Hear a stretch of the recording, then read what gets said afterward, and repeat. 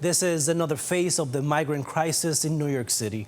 Children exposed to the danger while doing labor that not even an adult is supposed to be doing without the proper permits. The migrants you're about to see agreed to speak to us if we don't reveal their identities.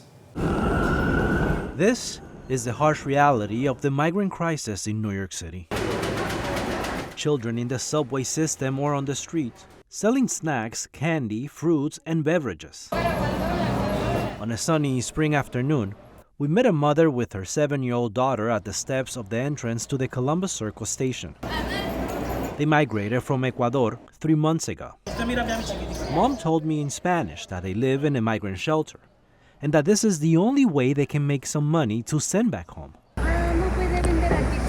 We also witnessed how NYPD officers instructed a mom and her 6-year-old daughter to move away from the steps of Bryant Park, where they were selling water and soda.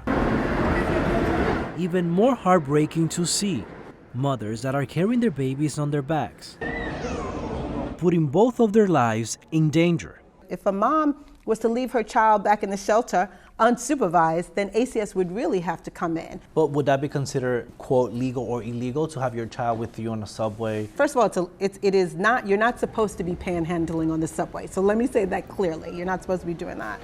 Whether or not it's safe, a risk to your child, I think that we would have to make a determination about that, but I don't think we think that that's what's unsafe. What we think that is unsafe sometimes is you see children by themselves, which I think is dangerous for a lot of different reasons, or families and moms in traffic. I saw that in Ecuador, I saw that in Mexico, I saw that in Colombia. So sometimes people bring their culture and how practices are done into the city. At the beginning of April, Mayor Eric Adams appointed multiple agencies to tackle this problem.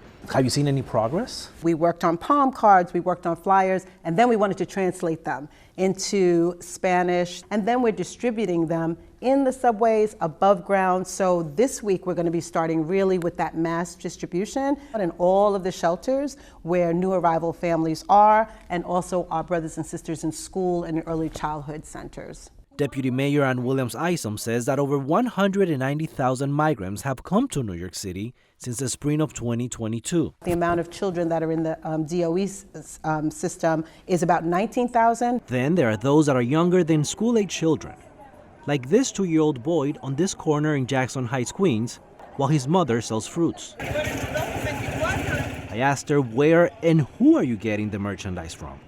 She responded by saying, quote, "A friend referred me to a man, but I cannot tell you who that man is." Are people being exploited? And is there somebody out there who is giving, whether it's water or candy, to these folks or fruit in order to do it? I know that the NYPD has been looking into that. We're concerned about trafficking. Human trafficking is a major concern to Council Member Francisco Moya.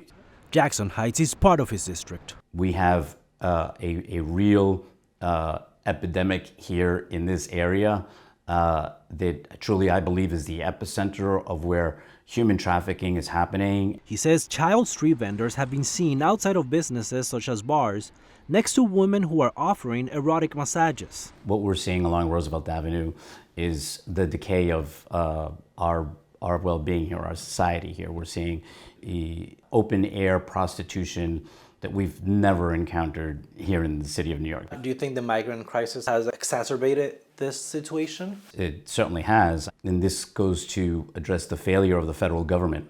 The Adams administration continues to share this message. We want to make sure that people understand children should be in school. But this mother who sells churros with her 2 sons told me it is easier said than done, a sentiment they all seem to share. Was the city ready for this? I don't think any city was ready for this. As far as the situation on Roosevelt Avenue, Council Member Moya told me his priority has been to address this issue, but that other elected officials support what's happening there. He did not elaborate any further. I also asked Deputy Mayor Ann Williams-Isom what the biggest challenge is when it comes to children selling in the subway system or on the street. She responded by saying to culturally look into the situation with open eyes. I'm Eliezer Marte, Pix 11 News.